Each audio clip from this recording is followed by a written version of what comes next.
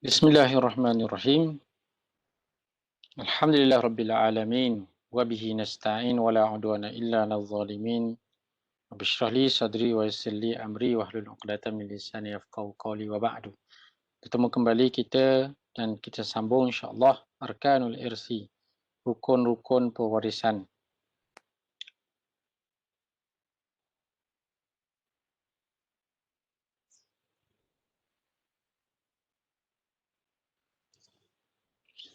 Arkanul irsi salasatun. Rukun pewarisan itu ada tiga. Jadi ada tiga rukun pewarisan. Yang mana mesti untuk berlakunya pewarisan harta mesti ada ketiga-tiga rukun ini. Kalau tidak, tidak akan terjadinya pewarisan harta. Awalan al-muwarrisu. Yang pertama ialah pewaris. Wahuwa al-mayyitu alladhi yastahiqu ghairuhu an yarisahu. Iaitulah si mati yang mana berhak orang lain mewarisinya. Orang mati yang mana ada orang lain yang berhak mewarisi hartanya. Itu rukun yang pertama. Maksudnya si mati itu adalah rukun kepada pewarisan. Yang kedua, saniyan al-warisu. Wahuwa man yantami ilal mayyiti bisababin min asbabil irsi al-ati bayanuha. Yang kedua ialah waris. Siapakah itu waris? Iaitulah man yantami, orang yang berhubungan kepada si mati. Orang yang berintimak, yang berhubung dengan si mati dengan satu sebab daripada sebab-sebab pewarisan yang akan datang keterangannya. Jadi waris yang ada hubungan dengan si mati dengan salah satu sebab. Sama ada sebab yang kita dah sebut secara ringkas dalam perbahasan berkenaan dengan syarat, sama ada dengan nikah ataupun kerabat ataupun dengan wala. Kemudian sadisan, yang ketiga, al-maurusu, harta yang diwarisi. Adanya benda yang diwarisi. Wahia at-tarikatul lati yukhallifuhal mayyitu ba'da mautihi. Iaitulah harta peninggalan yang ditinggalkan belakang, yukhallifuhal mayyitu. Harta peninggalan yang ditinggalkan oleh si mati selepas daripada kematiannya. Harta-harta si mati lah. Lepas dia mati, ada hartanya, ada kenderaan, ada rumah, ada tanah. Harta-harta yang ditinggalkan olehnya.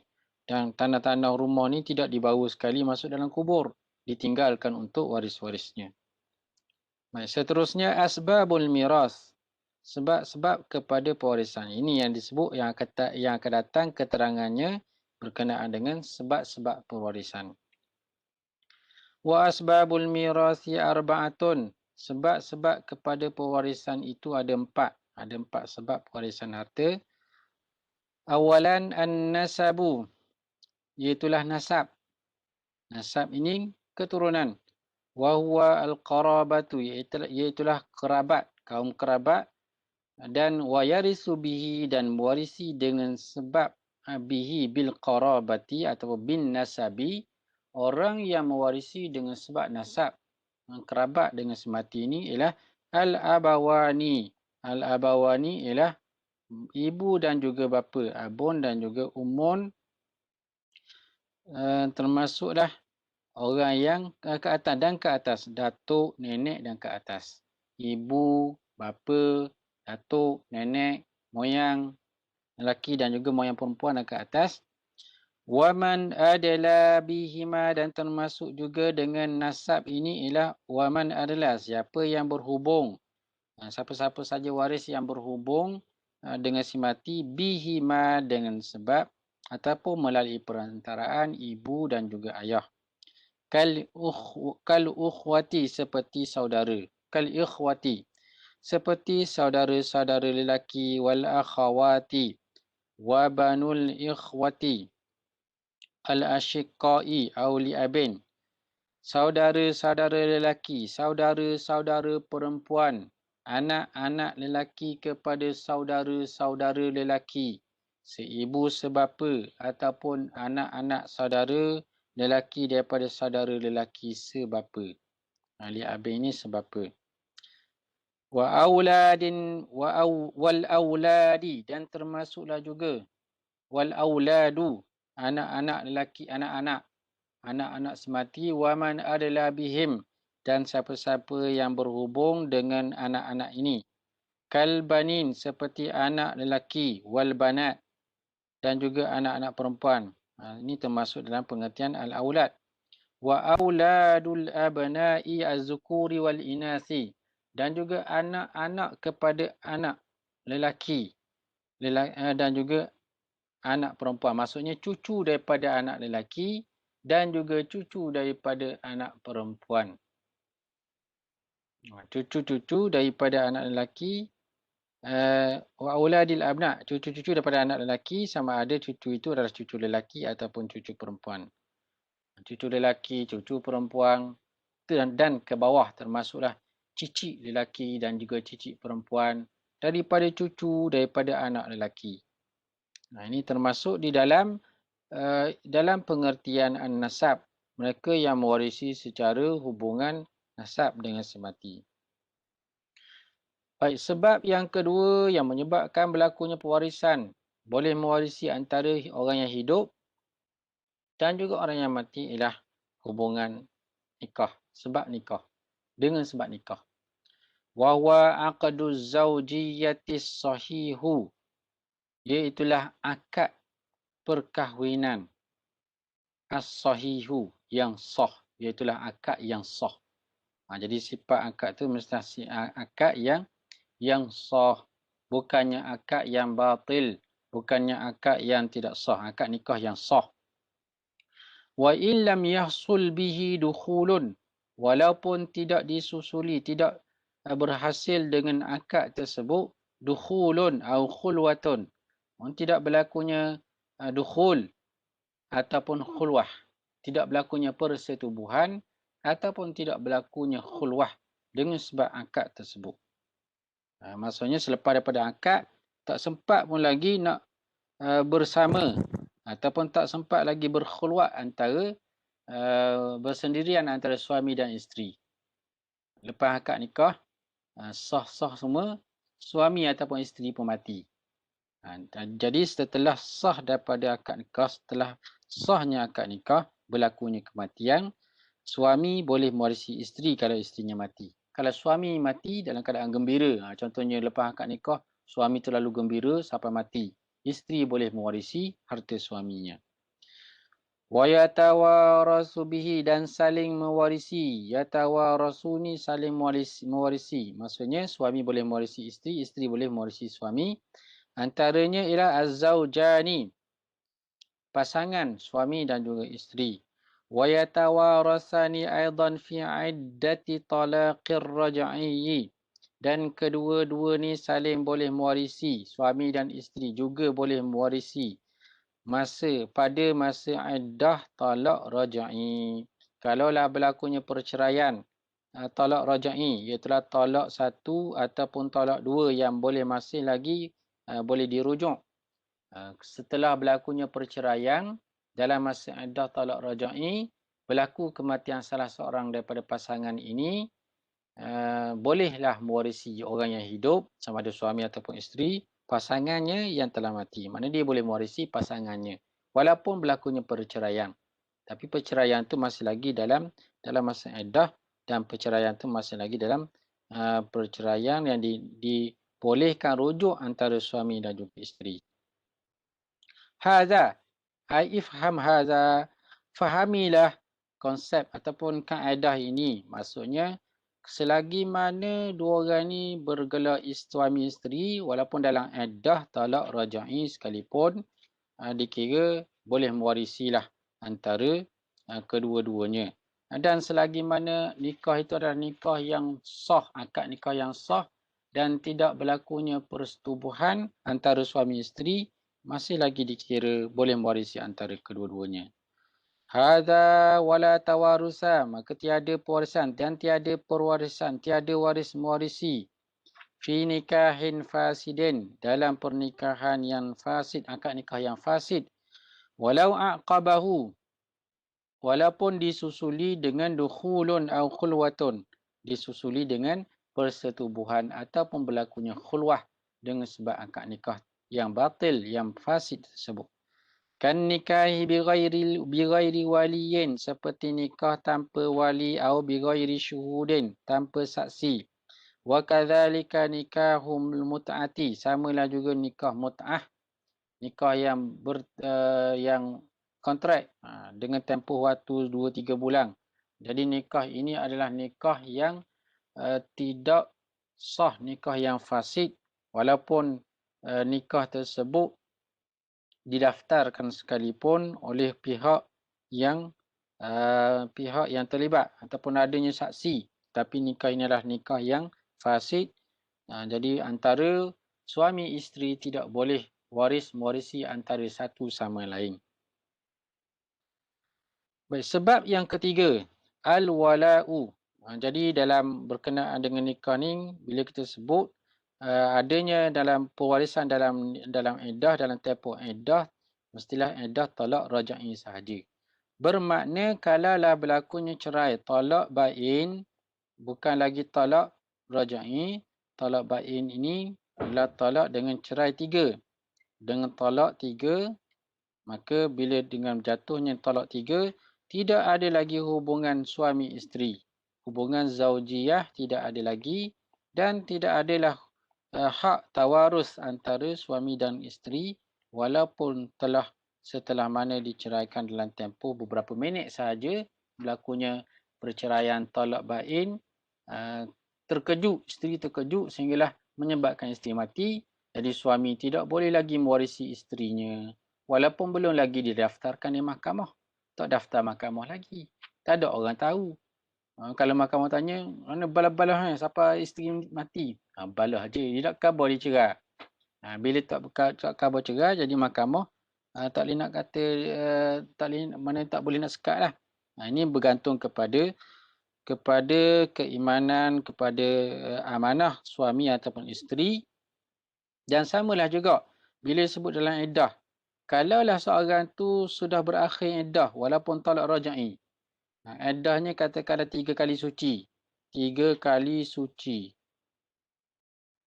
Lepas daripada dia mandi, suci yang ketiga, dapat khabar suaminya meninggal. Bila dapat khabar suaminya meninggal, dia dah 3 kali suci, maknanya sudah berakhir iddah.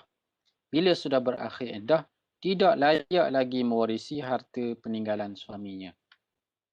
Ini siapa yang tahu? Tak ada orang yang tahu. Siapa yang tahu? Diri sendiri yang tahu. Jadi di sinilah nak menguji keimanan seseorang perempuan. Kalau Ustaz tanya, kalau lah berlaku kes macam ni, pada diri sendiri nak mengaku tak, saya dah habis dah iddah. Selepas habis iddah 5 minit, ada orang telefon suami meninggal. Baru meninggal sebenarnya. Jadi dia dah berakhir iddah, lepas tu nak sebut macam mana. Dia kata, kalau Tok Hakim tanya, awak habis lagi iddah semasa suami awak meninggal. Duk menung. Kalau kata akhir dah iddah, 1 juta melayang. Kalau kata tak akhir iddah masih lagi beriddah, boleh mewarisi. Terserahlah kepada mereka yang terlibat. Macam mana nak mengaku ke tidak ni. Baik, hubungan ataupun sebab pewarisan yang ketiga ialah al-wala'u. Iaitulah hubungan wala'. Wa huwa fil lughati al-qarabatu. Dari sudut bahasa, ianya bermaksud kerabat. Wal muradu huna, dan dikendaki dengan wala' di sini ialah wala'ul ataqati. Wala' ni hubungan ataupun kuasa, ataupun hubungan tolong-menolong, saling tolong-menolong antara satu sama lain. Jadi di sini kuasalah, dari sudut bahasa, kekuasaan yang Allah Ta'ala bagi kepada orang yang pernah memerdekakan hamba. Dia ada kuasa ke atas hamba yang dimerdekakan. Yang dikendaki di sini ialah wala al-ataqati, iaitulah wala, iaitu dari sudut pembebasan hamba. Ataqati. Maksudnya kalaulah seorang tu dia memberi kemerdekaan kepada seorang, Allah berikan kepadanya hubungan wala ke atas bekas hamba. Wahwa unsubatun, iaitulah satu usubah. Asabah ni ialah orang yang menerima baki, waris yang menerima baki. Yang mana sebabnya sababuha ni'matul mu'tiqi ala atiqihi ala ala atiqihi kepada hamba yang dibebaskannya, atiqihi, kepada hamba yang dibebaskannya, wa yarisu bihil mu'tiqu, dan mewarisi dengan sebab walak di sini ialah mu'tiq, orang yang memerdekakan. Siapa yang mewarisi? Orang yang memerdekakan. Zakaran kana au unsa. Sama ada orang yang memerdekakan itu lelaki ataupun perempuan. Tak kiralah yang memerdekakan itu lelaki ke ataupun perempuan. Orang itu dipanggil mu'tiq. Kalau perempuan, mu'tiqah. Wa asabatul mu'tiqi. Wa asabatul, dan mereka termasuk dalam hubungan walak ini ialah asabah al-mu'tiq, asabah kepada orang yang memerdekakan hamba, al-muta'assibuna bi anfusihim, yang mana mereka menjadi asabah dengan sebab diri mereka sendiri. Jadi katakanlah, andaikanlah orang yang merdekakan hamba itu sudah mati dulu. Siapa lagi yang mewarisi? Wa asabatul mu'tiqi. Orang yang akan mewakili pembebas hamba tadi ialah asabah, iaitulah waris-waris yang mendapat asabah binafsi. Asabah binafsi kepada orang yang memerdekakan hamba. Siapakah asabah binafsi? Asabah binafsi ni ialah kesemuanya golongan lelaki kecuali mu'tiqah, kecuali perempuan yang membebaskan. Katakanlah tuang dia itu pun pernah dibebaskan, dimerdekakan oleh seorang perempuan. Itu mu'tiqah juga. Mu'tiqah tu ialah asabah bin nafsi.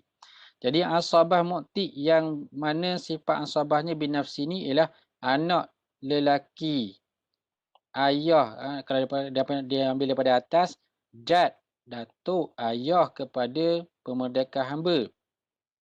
Ibnin, cucu daripada anak lelaki dan ke bawah. Dan ke bawah di sini. Kemudian akhun, saudara-saudara syakik, seibu sebapa kepada mu'tiq. Akhun li abin, saudara-saudara sebapa. Lepas tu anak kepada akhun syakik, anak kepada akhun li abin. Kemudian cucu dan ke bawah. Inilah antaranya. Kemudian last sekali mu'tiqah, perempuan ataupun mu'tiq, lelaki dan perempuan yang pernah memerdekakan, mu'tiq yang memerdekakan dirinya. Mu'tiq ni mana mu'tiq? Mu'tiq yang pernah memerdekakan dirinya. Jadi ada lapisan, banyak lapisan orang yang memerdekakan hamba di sini. Jadi kalau benda ni, kalau kita bincangkan dalam situasi kita hari ini, tidak adalah. Tapi kalaulah adanya perhambaan, hukum ini masih lagi terlaksana. Walaupun ianya dalam bentuk sejarah, tidak ada lagi orang yang ada sistem perhambaan ada hari ini. Tapi ini dari sudut dasar, dari sudut asasnya kita kena tahu benda ni. Baik. Dan ini adalah berdasarkan kepada sabda Rasulullah sallallahu alaihi wasallam. Orang yang memerdekakan hamba boleh mewarisi hamba ni, bekas hamba, adalah berdasarkan kepada sabda Rasulullah, al-wala'u luhmatun kaluhmatil nasabi.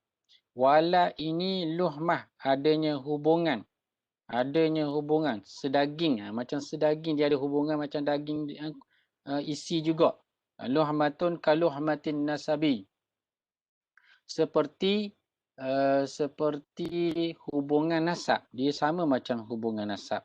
Maksudnya kalau tidak ada nasab, tidak ada keturunan, tidak ada kerabat, si mati hamba ni, tidak, bekas hamba ni tidak ada kerabat, maka walak inilah yang akan mengambil tempat nasab. Rawahu Ahmad fil Musnadi. Haza wala yarisul atiqu. Fahamilah ini, dan tiada mewarisi oleh hamba min mu'tiqihi syai'a. Hamba tidak boleh mewarisi mu'tiqnya sesuatu pun. Pewarisan ini berlaku walak ini adalah dari sudut satu pihak sahaja. tidak kedua-dua pihak mewarisi. Maksudnya, kalaulah tuan boleh mewarisi bekas hamba yang dimerdekakan, kalaulah tuan itu mati, hamba yang pernah dimerdekakannya tidak boleh mewarisi tuannya. Melainkan kalaulah tuannya itu pernah dimerdekakan juga oleh hambanya. Macam mana berlaku gini? Kalau tuannya itu dia merdeka hamba. Lepas tu sampai satu masa tuan tu jatuh bankrupt ke semuanya, lepas tu ataupun ditawan ke, sehinggalah tuan tu menjadi hamba. Hamba ini memerdekakan tuannya kembali. Kalau ketika ini kalau tuan tu mati, hamba ni bolehlah mewarisi tuannya atas hubungan walak. Maksudnya hamba itu menjadi walak kepada tuannya. Ada hubungan walak dengan tuannya. Baik, kita berhenti untuk sahabat untuk arkan dan juga sahabat, dan insyaAllah kita sambung semula tajuk mawani'ul irsi. Wallahu a'lam.